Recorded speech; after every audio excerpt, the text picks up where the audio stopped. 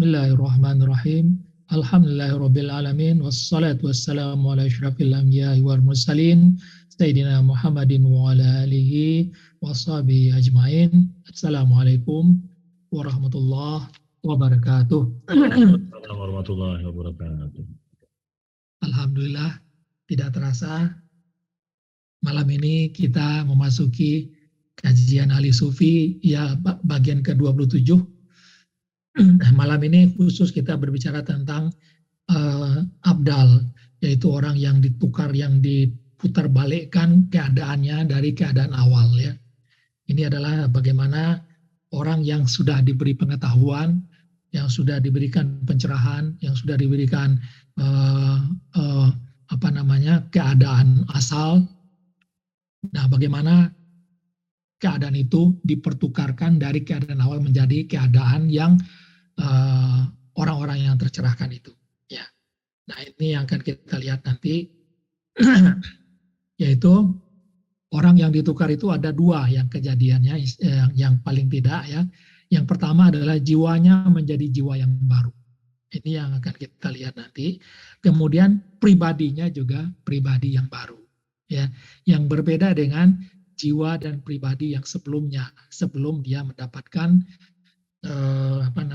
orang-orang yang terpilih, ya.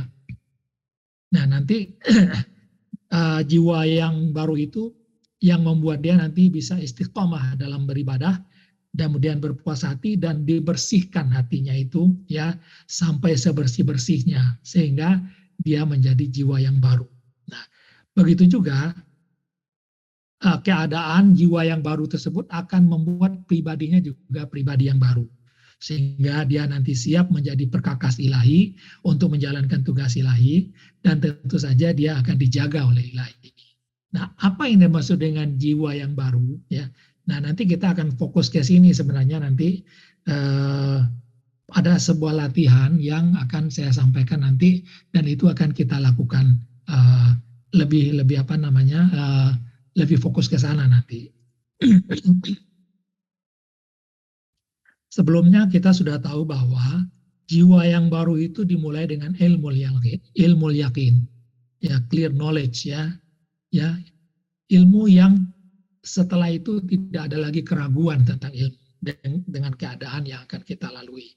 Kemudian ilmu itu membawa kepada ainul yakin. Dua hal tersebut akan membangunkan kita dari tidur lelap ya, atau ketidaksadaran kita selama ini ya, sehingga kita bisa berada dalam taraf ihsan. Dan dalam taraf ihsan yang dia dilakukan terus-menerus ya, barulah nanti kita akan dicerahkan sehingga kita mudah untuk mengingat Allah dan bisa berada kembali dalam keadaan asal dan hati bercahaya. Dan itulah nanti yang akan membekali kita menjadi jiwa yang mutmainnah, yang akan dipanggil untuk masuk ke dalam alam sakinah atau alam yang penuh ketentraman di situ. Nah, nanti akan kita fokuskan di sini nanti, ya. Nah, fokus malam ini adalah bagaimana dicerahkan ini, ya. Nah, nanti akan kita lihat seperti apa. Nah, ini adalah jiwa yang baru. Kemudian bagaimana dengan pribadi yang baru? Nah, pribadi yang baru ini banyak kejadian perubahan-perubahan yang terjadi dengan karakter kita dalam kehidupan sehari-hari. Nah, inilah contohnya ya. Kita menjadi orang yang sederhana, ya, jujur, tulus, hidup seperti biasa. Kekuatan jiwanya menjadi bertambah, ya, dia menjadi orang pemaaf.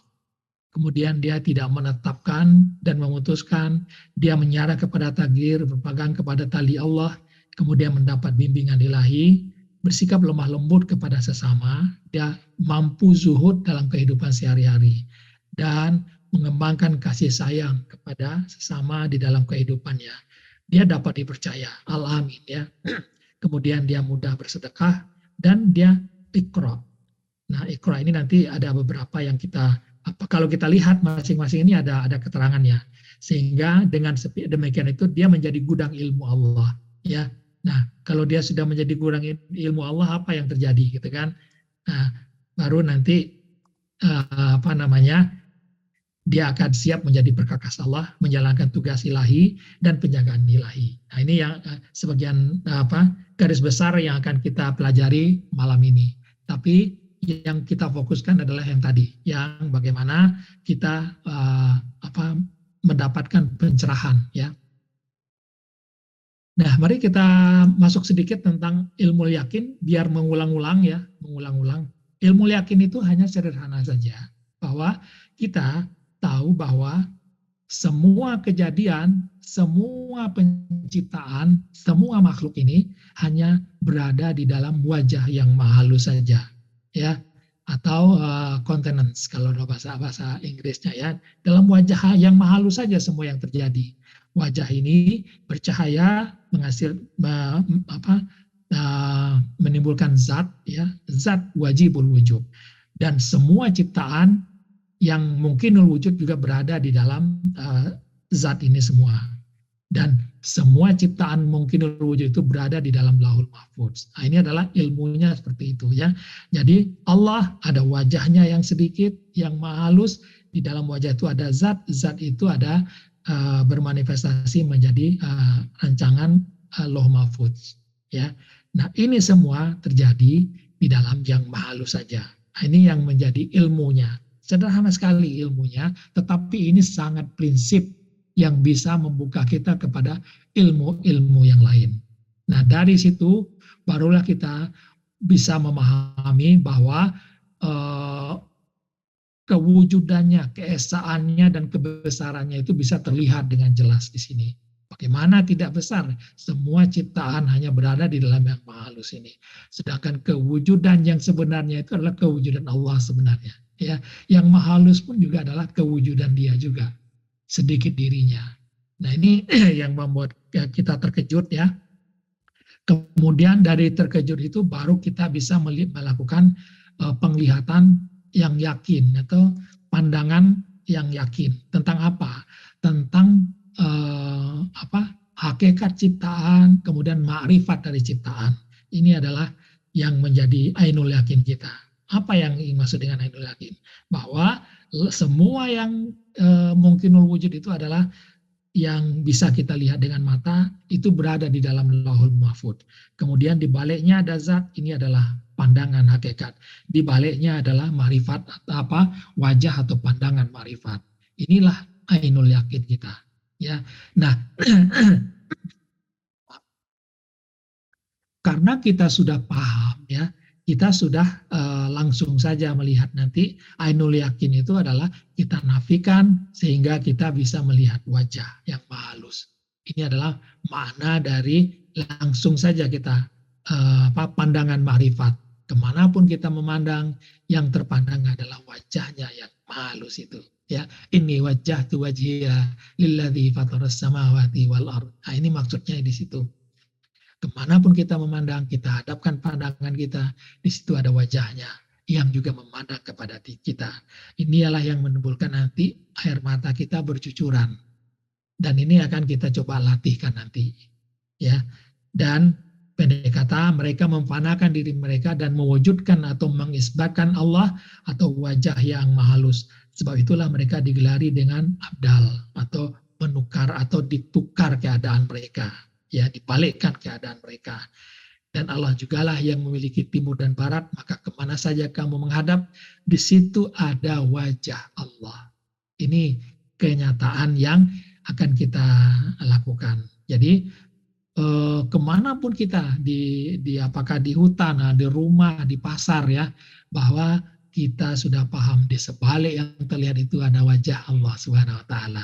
Nah, ini yang nanti membuat kita akan terkenang-kenang setiap saat, ya. Nah, kalau kita orang biasanya berada di gunung yang tinggi, orang melihat di situ ada keluasan cakrawala, tetapi orang yang sudah tidak buta lagi, orang yang sudah melihat atau orang yang sudah tahu, dia tahu bahwa di baliknya itu ada wajah. Ya, di baliknya itu ada wajah yang maha halus. Yang dia lihat itu dengan mata hatinya. Sehingga air matanya pun jatuh bercucuran. Nah, ini yang disebut dengan pandangan ma'rifat, ya. Nah, itu yang terjadi sehingga apa? Orang yang berada dalam keadaan ini dibangunkan atau dibangunkan dari tidur lelap dan kemabukan, awakening ya.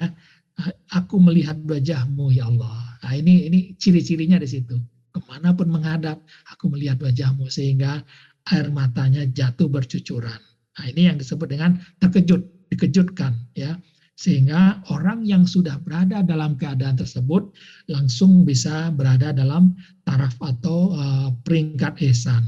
Apa peringkat ihsan? Yaitu kita sholat melihat kepada Allah, seolah-olah melihat kepada Allah. Kalau tidak ketahuilah dia melihat kita. Ini keadaannya nanti kita coba rasakan ya bersama-sama. Kita akan masuk kepada keadaan itu nanti sambil merasakannya bersama-sama.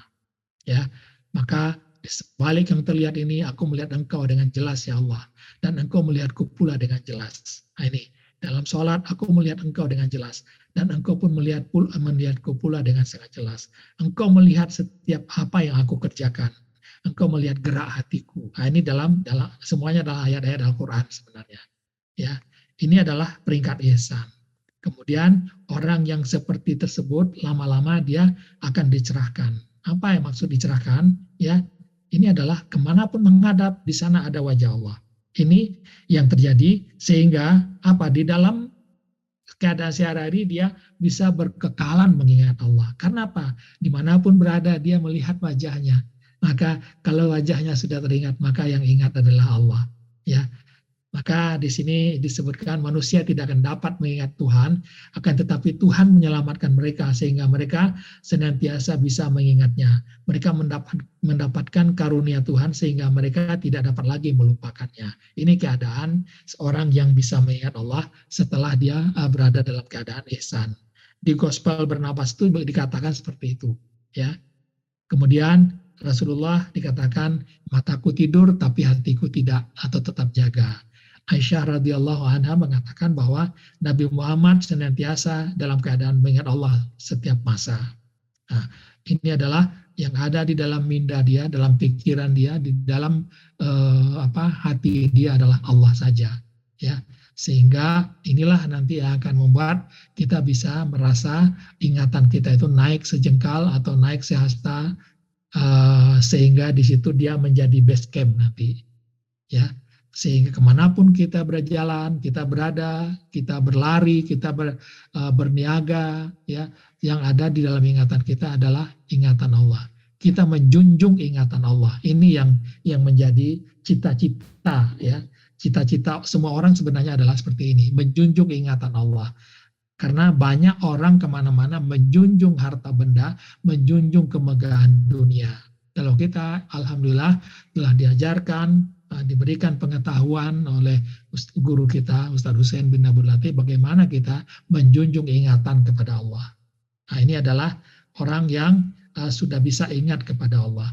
Kemudian dia berada dalam keadaan asal. Keadaan asal ini adalah bagaimana kita seperti seorang bayi yang dilahirkan, yang tidak mempunyai nafsu, ya, tidak mempunyai pemikiran yang kotor-kotor terhadap sesama, yang kalau kita rasakan saat kita dewasa ini kita banyak sekali mempunyai perasaan seperti itu. Tetapi dengan dibersihkannya keadaan pikiran kita atau minda kita, maka kita kembali berada dalam keadaan kepolosan tadi. Ya, ini yang mencengangkan sebenarnya.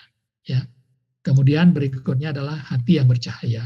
Hati yang bercahaya ini kenapa bisa bercahaya? Nah, ini adalah karena hati itu sudah bersih, ya, bersih, mengkilat, ya, sehingga suatu saat hati itu akan bercahaya. Nah, ini yang peta yang telah diberikan oleh guru kita kepada kita semua. Nah, pada masa itu suatu saat akan nampaklah satu nur dari hatimu dan lantas terzahir keluar.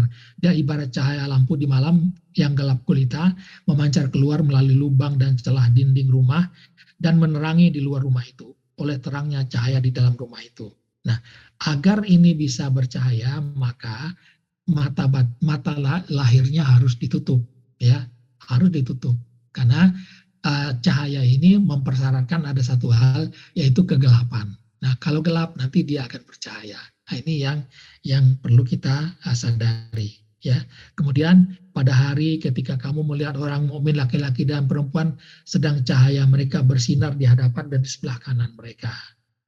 Nah, ini juga cahaya yang dimiliki oleh para malaikat, para nabi-nabi dan orang-orang Allah, ya. Nah, ini yang terjadi. Kemudian lalu setelah itu barulah kita dimudahkan untuk merasa damai, merasa mutmainnah, merasa tentram, ya. Ini yang menjadi cita-cita dulu waktu sebelum mengikut ajaran yang diberikan oleh Ustadz kita.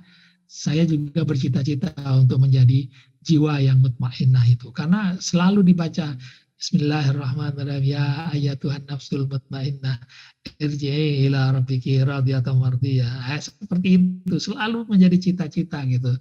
Irji'i ya. Kemudian orang bisa menjawabnya dengan labbaik Allahumma labbaik, ya Allah, aku datang memenuhi panggilanmu ya Allah. Nah, ini kadang-kadang menjadi cita-cita yang rasa-rasanya nggak akan pernah kesampaian dulu, ya, yaitu disitulah dikatakan orang akan menjadi tentram itu hanya dengan mengingati Allah. Ingatlah, hanya dengan mengingat Allah lah hati menjadi tentram. Nah, ini yang menjadi kuncinya, ya. Kemudian bukan hanya tentram hatinya karena mengingat Allah, tetapi juga gemetar kulitnya, ya.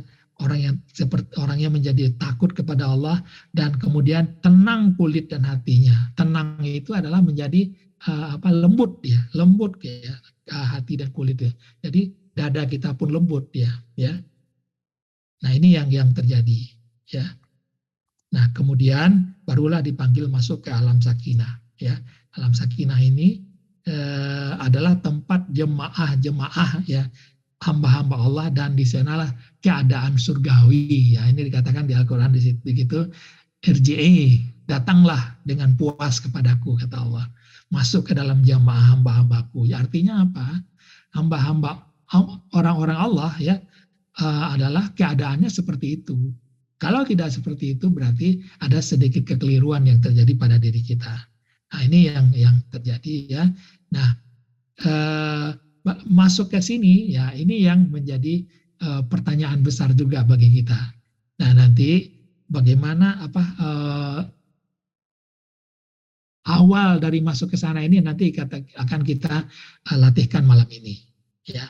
Nah, itu yang disebut dengan perubahan jiwa yang baru, ya. Kemudian kalau pribadi yang baru ini secara umum saja, beberapa hal saja yang akan kita lihat, ya. Yang pertama adalah dia akan berpegang kepada tali Allah. Nah, ya, tali Allah itu yang mana gitu. Kemarin yang kajian yang lama saya sudah sebutkan beberapa tali ya yang mengikat ciptaan atau mengikat manusia dengan yang maha halus. Itu apa yang mengikatnya? Yang pertama adalah skrip ya. Kemudian yang kedua adalah gerak.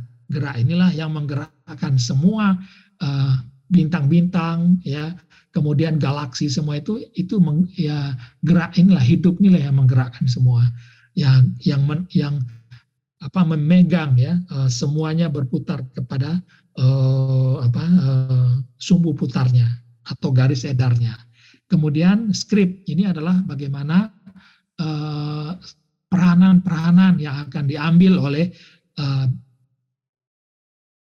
badan-badan atau badan-badan semua ciptaan ini atau jasad semua ciptaan. Dan kalau kita adalah manusia.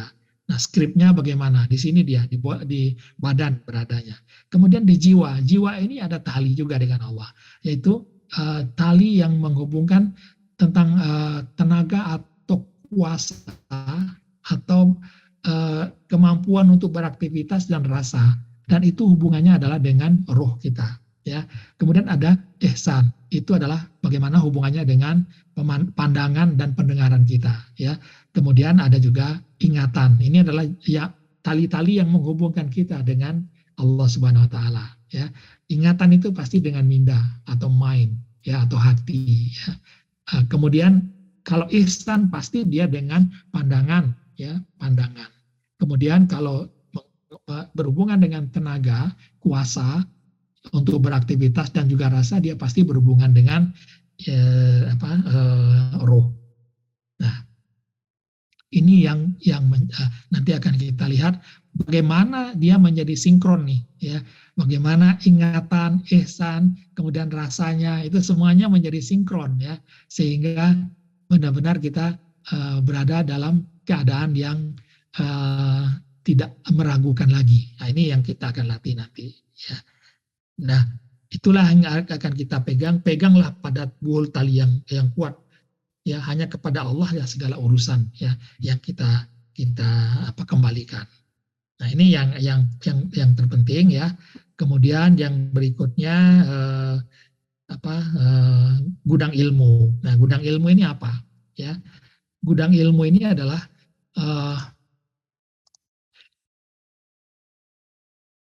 orang-orang yang diberikan pengetahuan oleh Allah itu hatinya dijadikan gudang pengetahuan Allah yang sangat berharga. Dia menunjukkan kepadanya rahasia-rahasia seperti yang dia sembunyikan dari orang lain. Artinya orang lain nggak tahu, ya, tapi orang ini tahu rahasia-rahasia itu. Kenapa dia diberi pengetahuan itu? Karena dia telah memilihnya, menariknya ke arahnya, membimbingnya, mengangkatnya ke arah dirinya, melapangkan hatinya untuk menerima rahasia-rahasia dan ilmu yang lebih tinggi. Dia menjadikannya sebagai pelaksananya dengan kekuatan untuk membimbing orang lain ke jalan yang benar, serta membimbing mereka menjauh dari perbuatan dosa dan penyimpangan. Mereka menjadi orang-orang Allah. Mereka dibimbing dengan benar. Mereka dapat membimbing para pencari kebenaran lainnya. Mereka mengesahkan kebenaran orang lain.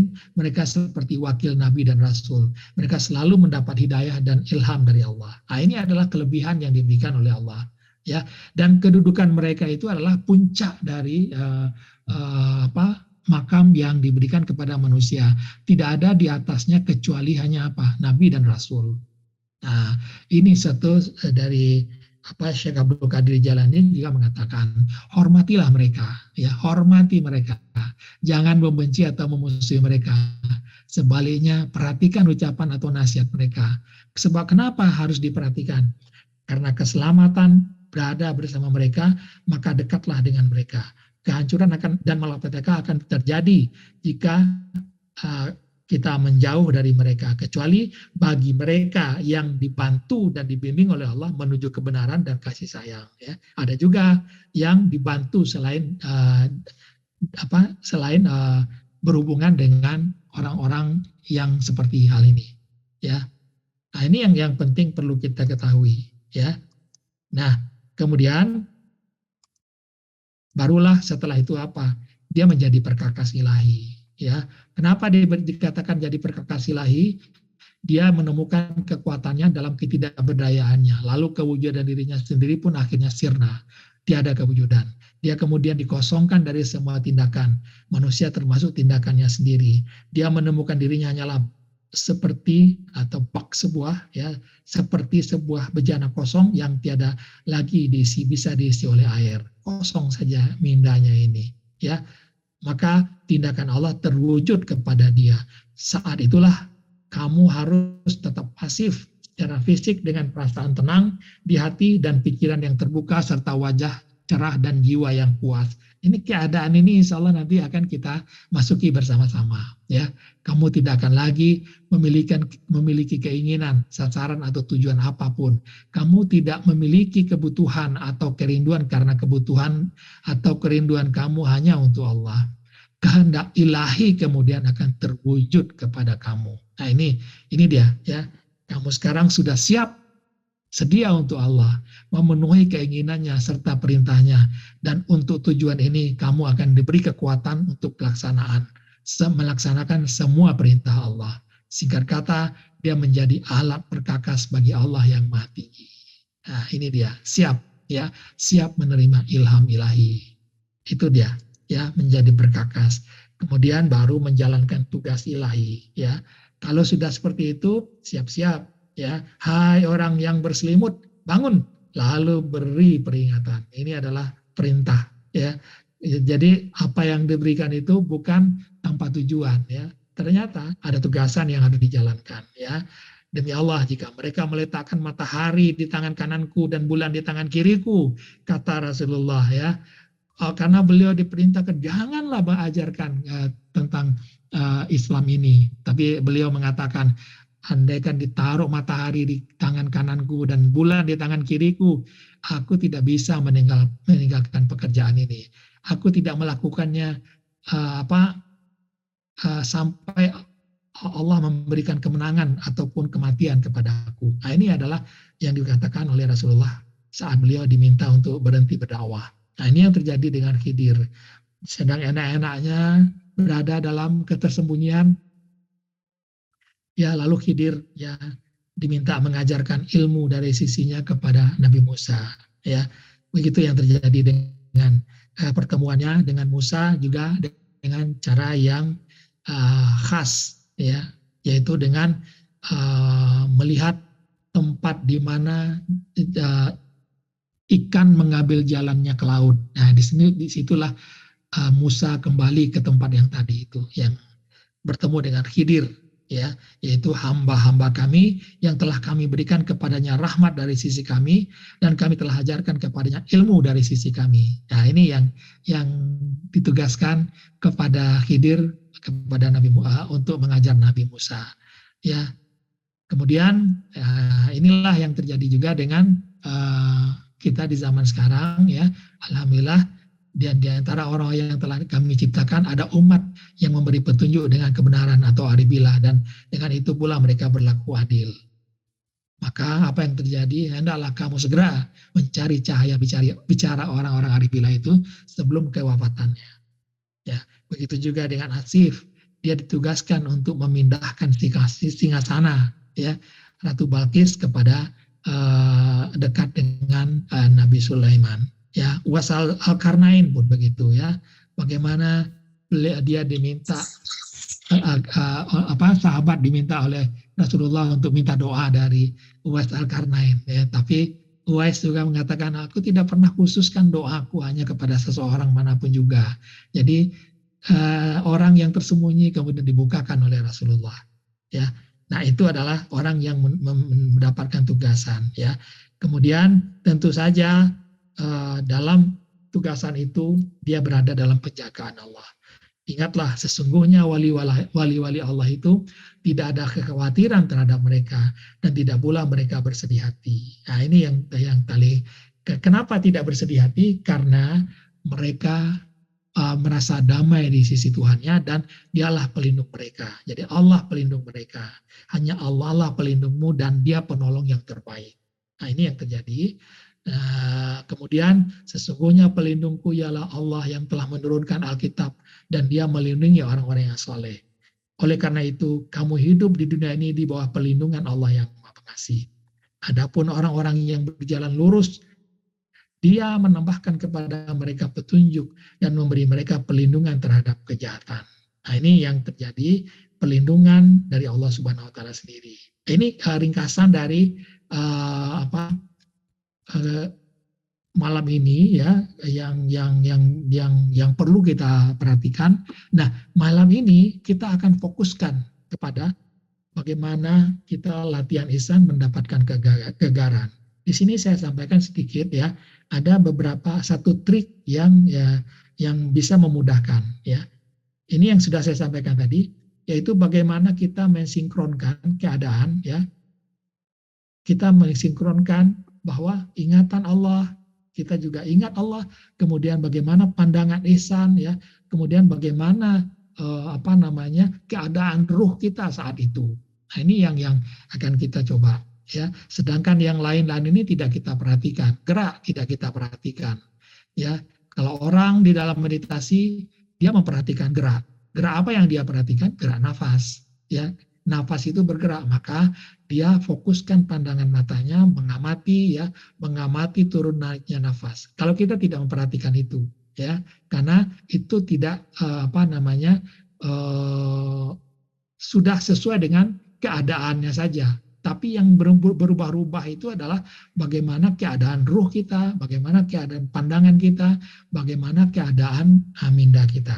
Nah, ini yang terjadi. Dan nanti kita akan bersama-sama Rasakan bagaimana kita duduk di dalam ruangan, ya. Kemudian kita nafikan zat, kita nafikan ruangan itu, kita nafikan zat, sehingga semuanya hanya menghadap kepada wajah yang halus. Nah, ini ada satu hal yang bisa membantu. Saya merasakan ini membantu sekali, ya. Pertama, keadaan hati, ya. Keadaan hati untuk melatih, ini untuk melatih, ya. Ini mata harus ditutup, tutup mata, ya. Kemudian kunci, nah kunci ini adalah bagaimana nanti kita menaikkan mata hitam ini ke atas, menaikkan, tetapi ada tambahan sedikit, ya, yang perlu, yaitu bagaimana nanti kita lihat, ya, bagaimana tambahannya itu. Yang kedua adalah mata ditutup, yang kedua ingatan kepada Allah. Sehingga di dalam minda tidak ada rupa, tidak ada upama. Seterusnya apa? Mata hati hanya melihat gelap. Hanya gelap saja yang dia lihat. Tetapi di balik kegelapan itu kita tahu ada yang zat atau yang halus. Kemudian pendengaran, biasanya pendengaran ini juga akan mendengarkan kesunyian. Kesunyian itu berbeda dengan hiruk pikuk yang ada di luar. Ya, kesunyian itu seperti dia ada suatu nada yang datar saja, yang tidak seperti dengungan, nggak gitu, ya. Nah, itu sudah satu tanda itu, ya. Nah, kemudian apa? Fokuskan mata kepada ingatan Allah, ya, pada tahapan berikutnya, ya. Nah, ini yang menjadi, yang saya bilang ada yang membantu, ya, bahwa ruh itu kita sudah diajarkan bagaimana ruh akan naik ke atas, ya, ke dalam minda kita melalui apa? Melalui ada suatu di sini suatu saluran antara hidung dan otak kita, ya. Ini akan dilalui oleh ruh sebenarnya. Nah, kalau ini kita dibuka sedikit, nanti membukanya gimana? Akan saya contohkan dengan mata sedikit nanti. Dibuka sedikit, maka nanti dia akan seakan-akan ada satu saluran itu kebuka dia gitu, ya. Nah, inilah yang membuat nanti seperti ada tenaga yang dari dalam dada ini akan naik ke atas itu akan lebih terasa naiknya gitu, ya. Akan berbeda kalau tenaga itu kita naikkan dari belakang, ya. Kalau dalam meditasi tenaga itu dinaikkan lewat tulang belakang, naik lewat tulang belakang ke atas, maka susah, ya. Kalau ini enggak, karena salurannya sudah ada, ya. Kalau dia naik ke dalam minda, di dalam minda ini, ruh ini, kalau dia diputar balik, maka dia menjadi pintu terbuka mata ketiga. Tapi kita tidak ke sana. Kita hanya untuk merasakan bagaimana ada sebuah sensasi atau keadaan ruh itu seakan-akan naik ke atas. Nah, ini yang saya lakukan, ya. Untuk membuka itu adalah ya sederhana saja. Kan tadi sudah kita naik ke atas, sudah mata hati hitamnya sudah naik ke atas, ya. Tinggal Tinggal di sini kita seperti ya? Lihat aja ini kening saya. Gitu aja sedikit. Ya, kita naikkan begini aja sedikit, ya. Naik sedikit seperti itu. Jadi benar-benar mata ini tertutup rapat gitu. Tapi ada juga rasa di sini kebuka dia, ya. Ada saluran yang seperti itu terbuka yang bisa dilewati oleh sebuah tenaga atau ruh gitu. Nah, itulah nanti yang akan kita coba, ya. Nah, akhirnya apa yang terjadi? Ini keadaan mata hati, ya, keadaan hati, keadaan pendengaran, ini adalah keadaan ruh yang mencoba naik ke atas, ya. Sehingga apa yang terjadi? Disinilah, ya, kalau dilihat di dalam ini apa itu yang di rumah sakit itu, ya. Nah, itu keadaan dari gelombang pikiran itu akan menjadi seperti ini, fokus ke sini. Dan inilah nanti akan membuat kita bisa naik sejengkal seperti ini. Nah, ini yang akan kita lakukan ya. Mari kita mulai dari keadaan seperti itu ya. Langsung saja kita latihkan ya. Uh, Mari kita mulai ya. Insya Allah ini bisa memberikan pengalaman baru bagi kita ya. Bismillah, kita siap-siap. Bismillahirrahmanirrahim. Kita ingat dulu Allah. Ini yang paling penting. Ya, ingat Allah. Tidak ada rupa, tidak ada umpama. Mata hati tumpukan kepada ingatan Allah itu dulu. Sampai ingatan kepada Allah itu kuat dia. Tidak ada lagi ingatan kepada yang lain.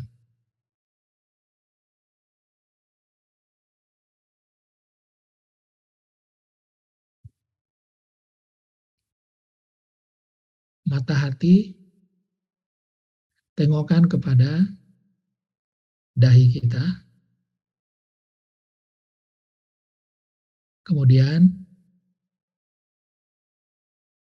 gambarkan di dalam minda kita. Kita berada di dalam ruangan tempat kita berada. Kita di dalam. Itu saja intinya. Kita berada di dalam sebuah ruangan tempat kita berada.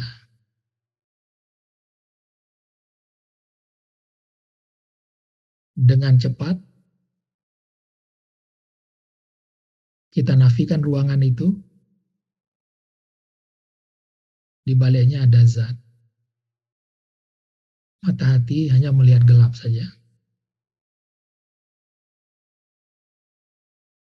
Gelap saja yang dilihat oleh mata hati, hitam.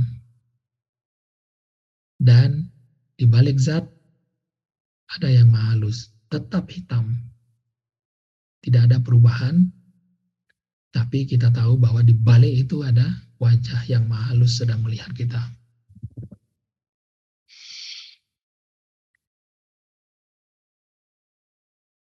Tengokkan mata hati kita ke kanan. Ada wajah maha halus. Tengokkan mata hati kita ke kiri. Ada wajah maha halus. Tengokkan mata hati ke atas juga. Ada maha halus yang terlihat.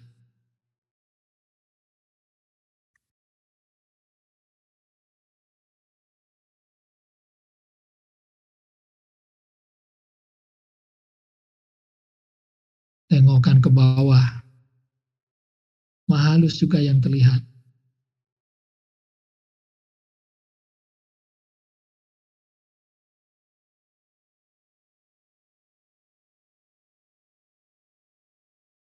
Sekarang, walaupun kita tengokkan mata hati kita ke atas, yang kelihatan juga maha halus.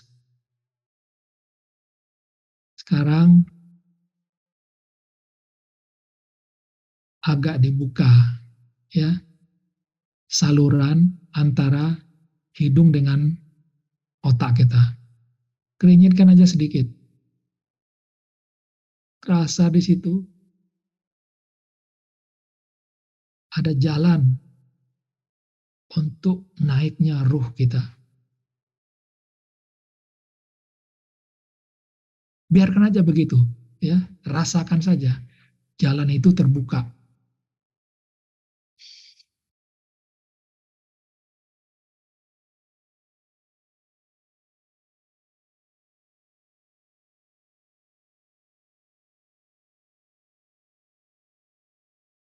Biarkan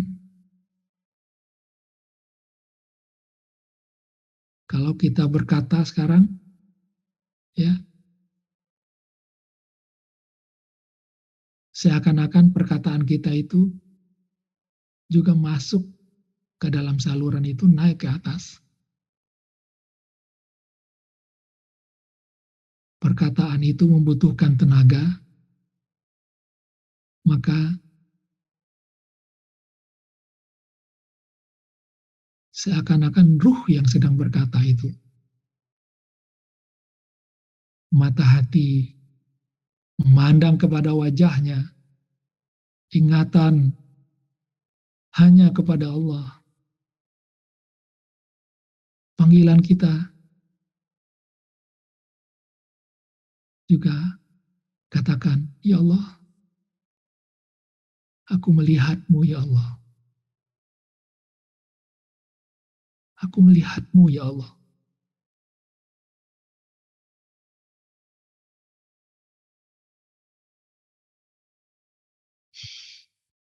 Aku melihat-Mu ya Allah. Kulihat ke kanan wajah-Mu ya Allah. Kulihat ke kiri wajah-Mu juga.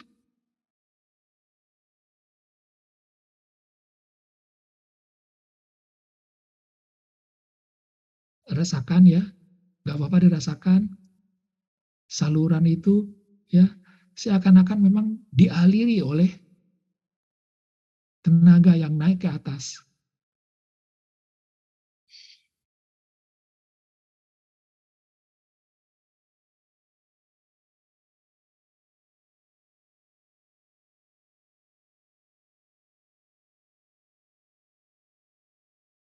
Awalnya kita masih berkata dengan mulut kita. Lama-lama nanti mulut kita pun diam. Karena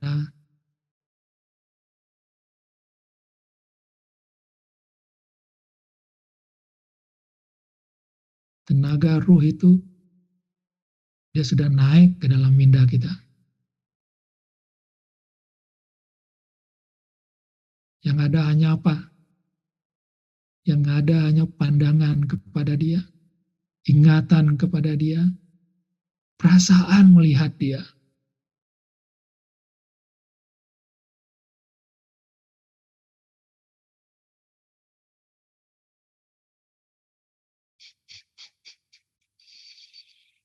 Ya Allah, katakan, aku melihat-Mu ya Allah.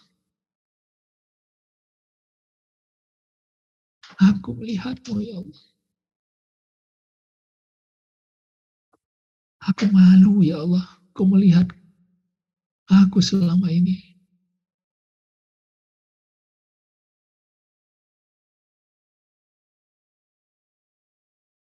Kalau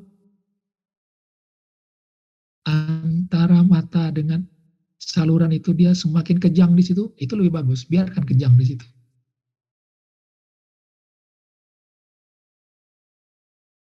Ini hanya latihan. Kalau setelah mahir itu tidak ada lagi seperti itu. Biarkan.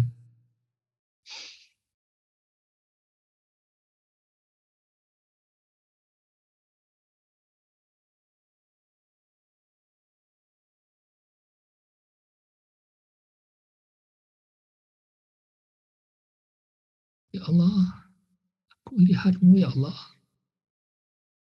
Aku melihat-Mu ya Allah, melihat-Mu ya Allah.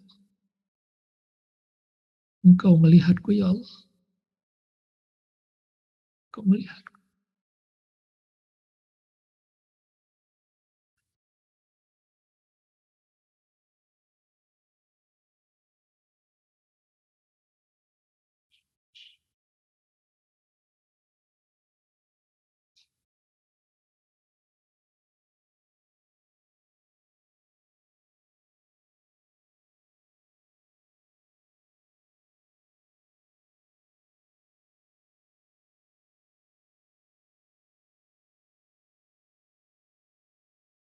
Biarkan kata-kata itu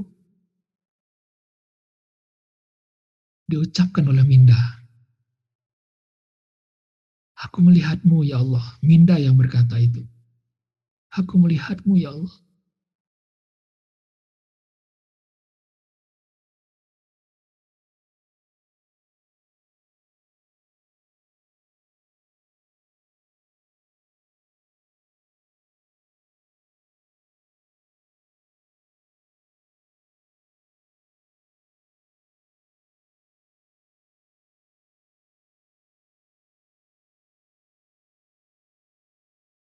Mata sudah tidak bisa dibuka.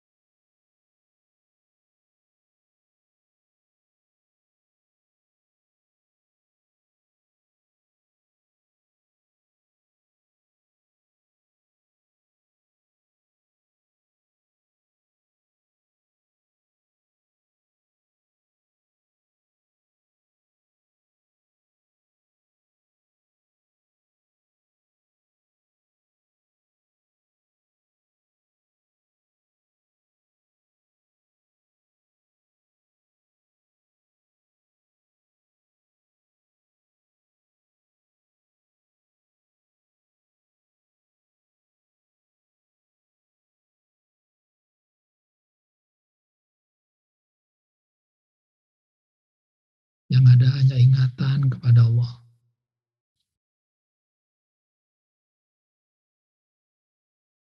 Ingatan kepada Allah, pandangan mata hati, memandang wajahnya.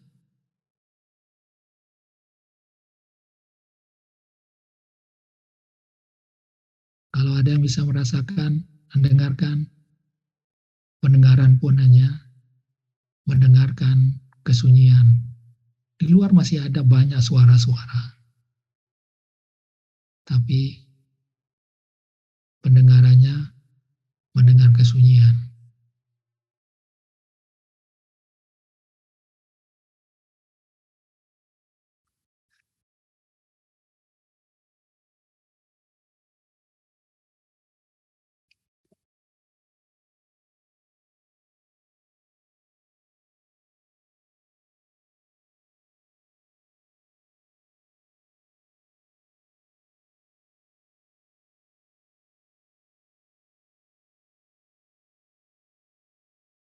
Sahabat-sahabat boleh mencoba, cobalah di situ, keadaan itu, baca kulhu,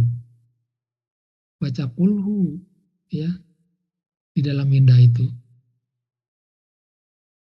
ya, gak usah bersuara.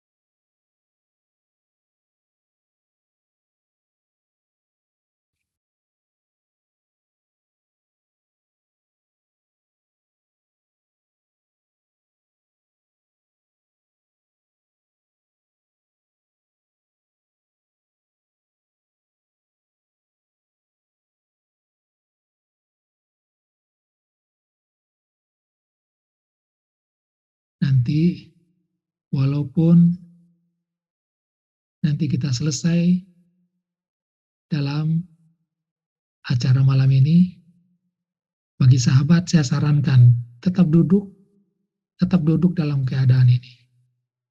Ya, tetap duduk dalam keadaan ini. Walaupun nanti kita sudah selesai dalam pelatihan ini atau dalam tazkirah ini, jangan buru-buru keluar dari keadaan ini.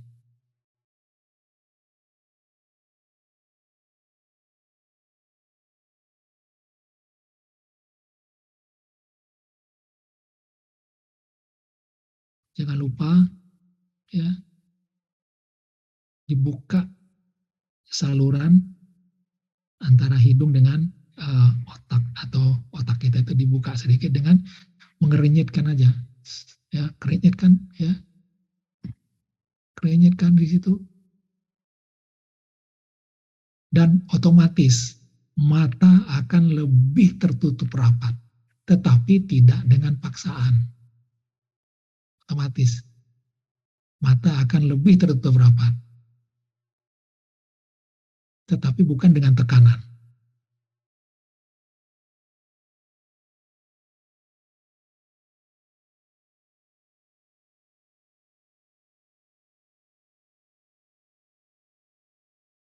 Ya, demikian, ya.